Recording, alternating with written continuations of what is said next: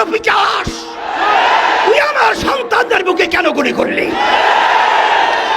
আবু সাঈদের হাতে কোনো অস্ত্র নেই, ওর হাতে কোনো লাঠি নেই, ও একটা মেধাবী ছাত্র, ও কোনো সন্ত্রাসীর কোনো তালিকা ওর নামে নেই। সেখানে ঠান্ডা মাথায় ওর বুকের ভিতরে একটা নয় কয়েকটা গুলি করে পাখির মতো লুকিয়ে ফেলে হয়েছে। আর সেটা আমরা বসে বসে দেখব, আর সেটা আমরা সহ্য করব? এটা হতে পারে না, হতে দেওয়া যায় না। এর প্রতিবাদে রাস্তায় নামতে হবে। খুনিদের বিচার বাংলার জমিনে করতেই হবে। আজকে এই প্রতিবাদ এবং এই বিক্ষোভের পূর্বে এই সমাবেশে বক্তৃতা দেওয়ার মতো কিছু নেই। বক্তৃতা আমরা সবাই জানি কোন উদ্দেশ্যে আমরা এখানে এসেছি। তবে আজকে ইসলামী আন্দোলন বাংলাদেশ প্রতিষ্ঠিত হয়েছে, তার লক্ষ্য উদ্দেশ্য হলো অন্যায় প্রতিবাদ, ন্যায়ের পক্ষে। আজকে বাংলাদেশে যে তাণ্ডব চলেছে, যে হত্যাযজ্ঞ চলেছে, যে নৈরাজ্যতা চলেছে, যে অবিচার চলেছে, যে গুন্ডামি চলেছে, যে সন্ত্রাসী চলেছে, এবং আমার নিরীহ আমার ছেলেদেরকে যেভাবে নির্বিচারে পাখির মতো গুলি করে যেভাবে হত্যা করা হয়েছে, এটা দেখে কোনো সাধারণ যার ভিতরে একটু মানবতা রয়েছে কখনোই সে ঘরে ঘুমাতে পারে না।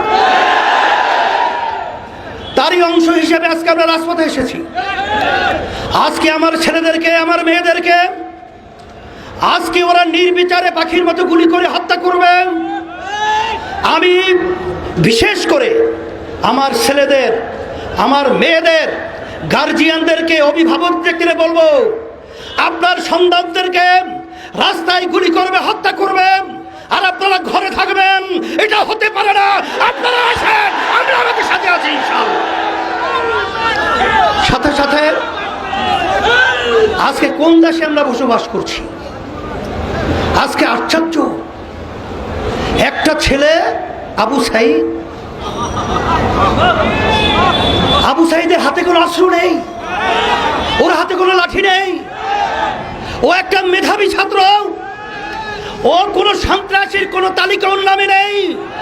সেখানে ঠান্ডা মাথায় ওর বুকের ভিতরে একটা নয় কয়েকটা গুলি করে পাখির মতো লুকিয়ে ফেলে হয়েছে। আর সেটা আমরা বসে বসে দেখব, আর সেটা আমরা সহ্য করব? এটা হতে পারে না, হতে দেওয়া যায় না। এর প্রতিবাদে রাস্তায় নামতে হবে। খুনিদের বিচার বাংলার জমিনে করতেই হবে। শুধু তাই নয়, আজকে আওয়ামী লীগ স্বঘোষিত প্রধানমন্ত্রী, কারণ বাংলাদেশের জনগণের ভোটে তো সে প্রধানমন্ত্রী হয় নাই।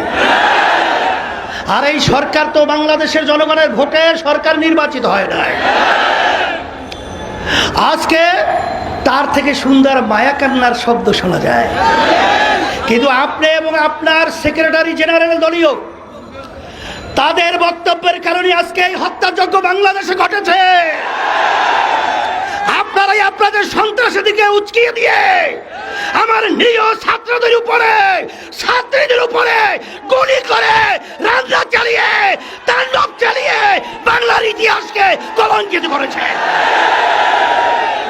শুধু তাই নয়, বাংলাদেশের ইতিহাস আজ পর্যন্ত ইউনিভার্সিটি সহ শিক্ষাঙ্গন কোনো ক্যাম্প আছে, আজ পর্যন্ত কোনো সংবিধান নেই সেখানে পুলিশ প্রশাসন তারা নির্বিচারে ছাত্রদেরকে, ছাত্রীদেরকে মারবে।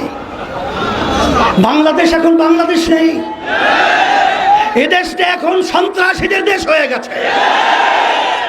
এখন আমরা দেশের ভিতরে বসবাস করার মতো উপযোগী কোনো রাষ্ট্র বলতেই এদেশে নেই। এখন আমরা কোথায় যাব? আজকে রাস্তায় নামলে, প্রতিবাদ করলে আজকে গুলি করা হয়, আজকে জেলে দেওয়া হয়, আজকে অঙ্গহানি করা হয়। এখন আমাদের দেশ ছেড়ে আমরা ভারত যাব? আমরা কি ইউরোপ এবং বিভিন্ন অন্যান্য দেশে আমরা নাগরিক হব না।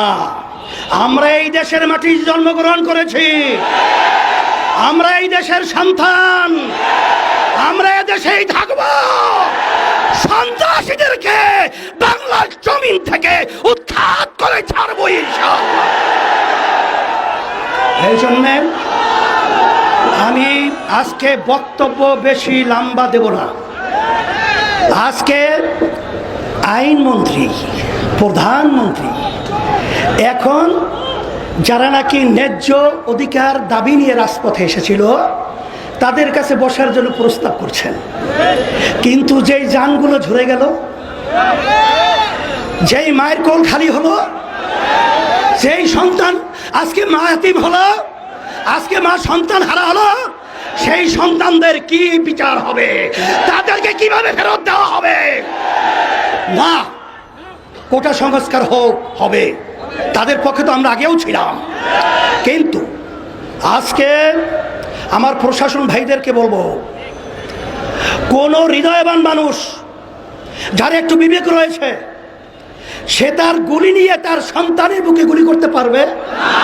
তাহলে এই নরপিশাচ, তুই আমার সন্তানদের বুকে কেন গুলি করলি? তাহলে বুঝা গেল তোরা প্রশাসনের নামে কলঙ্ক। আর তোমরা প্রশাসন কি আওয়ামী লীগের লালিত পালিত ক্যাডার গুন্ডা না বাংলাদেশের প্রজাতন্ত্রের কর্মচারী? কিন্তু তোমাদের কার্যক্রমের মাধ্যমে আজকে প্রজাতন্ত্রের কর্মচারী প্রমাণিত হয় নাই। তাই আমরা সবাই সকলকে আহ্বান করব, আসেন আজকে বুদ্ধিজীবী, শিক্ষাজীবী, রাজনৈতিক যত পেশার নেশার যারা আমরা বাংলাদেশে বসবাস করি, আমরা এই অন্যায়ের বিরুদ্ধে, এই অন্যায়ের হত্যার প্রতিবাদে, এই জালিমদের বিরুদ্ধে একসঙ্গে যদি ঝাঁপিয়ে পড়ি, ওরা বাংলার জমিনে থাকার সুযোগ পাবে না ইনশাআল্লাহ। এই আহ্বান আমি সকলকে করছি, আসেন। আর বসে থাকলে আমাদের পায়ের নিচে মাটি থাকবে না, এদেশে আমাদের জানমাল ইজ্জতের নিরাপত্তা থাকবে না, আমাদের স্বাধীনতা থাকবে না। তাই আমাদের স্বাধীন দেশে আমাদের স্বাধীনতা নিশ্চয়তা করার জন্যই রাজপথে নামার জন্য সকলকে আহ্বান জানাচ্ছি। সাথে সাথে আগামী দিন আলহামদুলিল্লাহ আজকে সারা দেশে আমাদের জেলা মহানগরে এর প্রতিবাদ বিক্ষোভ হচ্ছে। আগামী দিন জুমার পরে যারা নাকি আজকে ন্যায়ের পক্ষে জীবন দিয়েছে, অন্যায়ভাবে যাদেরকে হত্যা করা হয়েছে, তাদের রুহের মাগফিরাতের জন্য দোয়া হবে এবং সাথে সাথে সকলকে নিয়ে বিক্ষোভ প্রতিবাদ মিছিল হবে। এবং আগামী দিন যুব সমাবেশ হবে এখানেই, আল্লাহ কবুল করে বিকালে। এর প্রতিবাদে আমি সকলকে আহ্বান জানিয়ে সকল কাছে দোয়া চেয়ে দোয়া করে আলোচনা শেষ করছি। আল্লাহ